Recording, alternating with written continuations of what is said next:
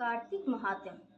कार्तिक महात्म में आप सुनेंगे आज किस चीज का दान करने से कई कई गुना ज्यादा फल प्राप्ति होती है। कार्तिक मास की श्रेष्ठता तथा उसमें करने योग्य स्नान, दान, भगवान की पूजा आदि धर्मों का महत्व। नारायणं नमस्कृतं नरं चैव नरोत्तमं देवीं सरस्वती चैव ततो जयमुदीरयेत्।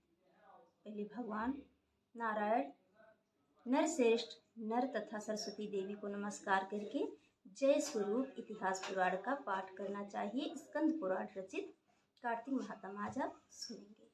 कार्तिक महात्म का पहला अध्याय। ऋषि बोले, सूत जी, हम लोग कार्तिक मास का महात्म सुनना चाहते हैं।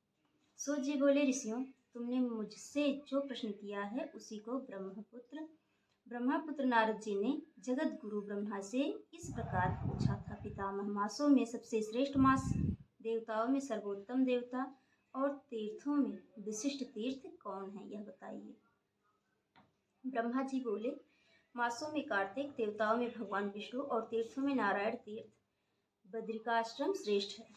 ये तीनों कलयुग में अत्यंत दुर्लभ है। इतना कहकर ब्रह्मा जी ने भगवान राधा कृष्ण का स्मरण किया और पुनः नारद जी से कहा, बेटा, तुमने समस्त लोगों का उद्धार करने के लिए यह बहुत अच्छा प्रश्न किया। मैं कार्तिक का महात्म कहता हूँ। कार्तिक मास भगवान विष्णु को सदा ही प्रिय है। कार्तिक में भगवान विष्णु के उद्देश्य से जो कुछ पुण्य किया जाता है उसका नाश में नहीं देखता। नारद, यह मनुष्य योनि दुर्लभ है। इसे पाकर मनुष्य अपने को इस प्रकार रखे कि उसे पुनः नीचे न गिरना पड़े। कार्तिक सब मासों में उत्तम है। यह पुण्य में वस्तुओं में सबसे अधिक पुण्यतम और पावन पदार्थों में सबसे अधिक पावन है। इस महीने में 33 देवता मनुष्य के सन्निकट हो जाते हैं और इसमें किए हुए स्नान, दान, भोजन, व्रत, तिल, धेनु, सुवर्ण, रजत, भूमि, वस्त्र आदि के दानों को विधि पूर्वक ग्रहण करते हैं।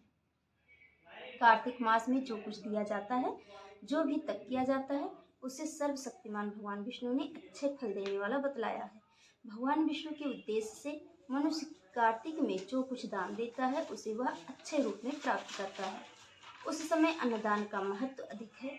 उससे पापों का सर्वथा नाश हो जाता है। जो कार्तिक मास प्राप्त हुआ देख पराये अन्न को सर्वथा त्याग देता है, वह अधिकृत यज्ञ का फल प्राप्त करता है। कार्तिक मास के समान कोई मास नहीं, सतयुग के समान कोई युग नहीं, वेदों के समान कोई शास्त्र नहीं और गंगा जी के समान दूसरा कोई तीर्थ नहीं है।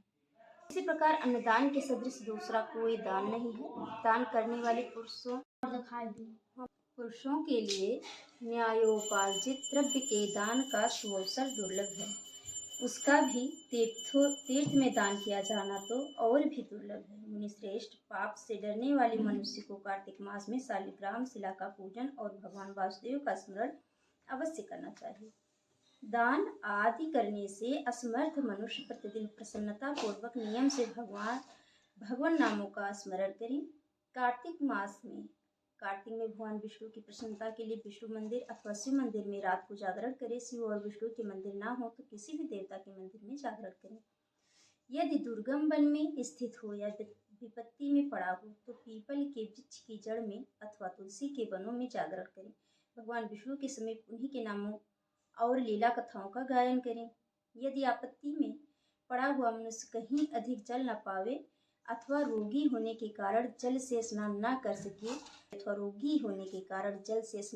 सके तो भगवान के नाम से मार्जन मात्र कर ले। व्रत में स्थित हुआ पुरुष यदि उद्यापन की विधि करने में असमर्थ हो तो व्रत की समाप्ति के बाद उसकी पूर्णता के लिए केवल ब्राह्मणों को भोजन करावेगा। जो स्वयं दीपदान करने में असमर्थ हो वह दूसरे के बुझे हुए दीप को जला दे अथवा हवा आदि से यत्न पूर्वक उसकी रक्षा करे। भगवान विष्णु की पूजा न हो सकने पर तुलसी अथवा आंवले का भगवत बुद्धि से पूजन करें। मन ही मन भगवान विष्णु के नामों का निरंतर कीर्तन करता रहे। गुरु के आदेश देने पर उसके वचन का कभी उल्लंघन न करे। यदि अपने ऊपर दुख आदि आ पड़े तो गुरु की शरण में जाए। गुरु की प्रसन्नता से मनुष्य सब कुछ प्राप्त कर लेता है। परम बुद्धिमान कपिल और महातपस्वी सुमति भी अपने गुरु गौतम की सेवा से अमृत को प्राप्त हुए हैं। इसलिए विष्णु भक्त पुरुष कार्तिक में सब प्रकार से प्रयत्न करके गुरु की सेवा करें। ऐसा करने से उसे मोक्ष की प्राप्ति होती है। सब दानों से बढ़कर कन्यादान है, उससे अधिक विद्यादान है, विद्यादान से भी गोदान का महत्व अधिक है और गोदान से भी बढ़कर अन्नदान है, क्योंकि यह समस्त संसार अन्न के आधार पर ही जीवित रहता है। इसलिए कार्तिक में अन्नदान अवश्य करना चाहिए। कार्तिक में नियम का पालन करने पर अवश्य ही भगवान विष्णु का सारूप्य एवं मोक्षदायक पद प्राप्त होता है। कार्तिक में ब्राह्मण पति पत्नी को भोजन कराना चाहिए, चंदन से उनका पूजन करना चाहिए, अनेक प्रकार के वस्त्र, रत्न और कंबल देने चाहिए। ओढ़ने के साथ ही रुईदार बिछावन, जूता और छाता भी देना चाहिए। कार्तिक में भूमि पर शयन करने वाला मनुष्य युग युग के पापों का नाश कर डालता है। जो कार्तिक मास में भगवान विष्णु के आगे अरुणोदय काल में जागरण करता है और नदी में स्नान भगवान विष्णु की कथा का श्रवण करता है, वैष्णव का दर्शन तथा नित्य प्रति भगवान विष्णु का पूजन करता है, उसके पितरों का नरक से उद्धार हो जाता है। अहो, जिन लोगों ने भक्तिपूर्वक भगवान विष्णु का पूजन नहीं किया, वे इस कलयुग की कंदरा में गिरकर नष्ट हो गए, लुट गए।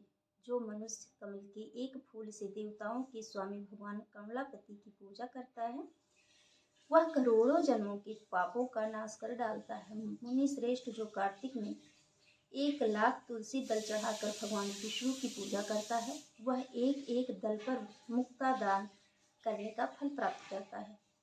जो भगवान के श्री अंगों से उतारी हुई प्रसाद स्वरूपा तुलसी को मुख में, मस्तक पर और शरीर में धारण करता है तथा भगवान के निर्माल्यों से अपने अंगों का मार्जन करता है, वह मनुष्य संपूर्ण रोगों और पापों से मुक्त हो जाता है।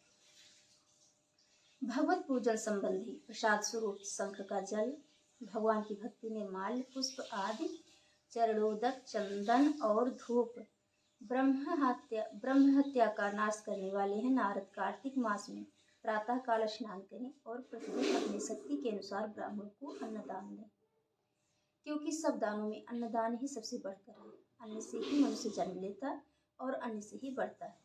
अन्न को समस्त प्राणियों का प्राण माना गया है।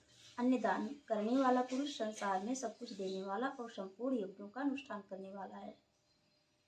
पूर्व काल में सत्यकेतु ब्राह्मण ने केवल अन्नदान से सब पुण्य का फल पाकर परम दुर्लभ मोक्ष को भी प्राप्त कर लिया था। कार्तिक मास में अनेक प्रकार के दान देकर भी यदि मनुष्य भगवान का चिंतन नहीं करता, तो वे दान उसे कभी पवित्र नहीं करते।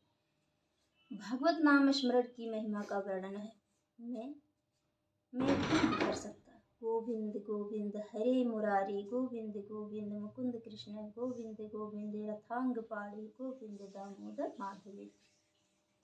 इस प्रकार प्रतिदिन कीर्तन करें। नित्य प्रति भागवत के आधे श्लोक या चौथाई श्लोक का भी कार्तिक में श्रद्धा और भक्ति के साथ अवश्य पाठ करें। जिन्होंने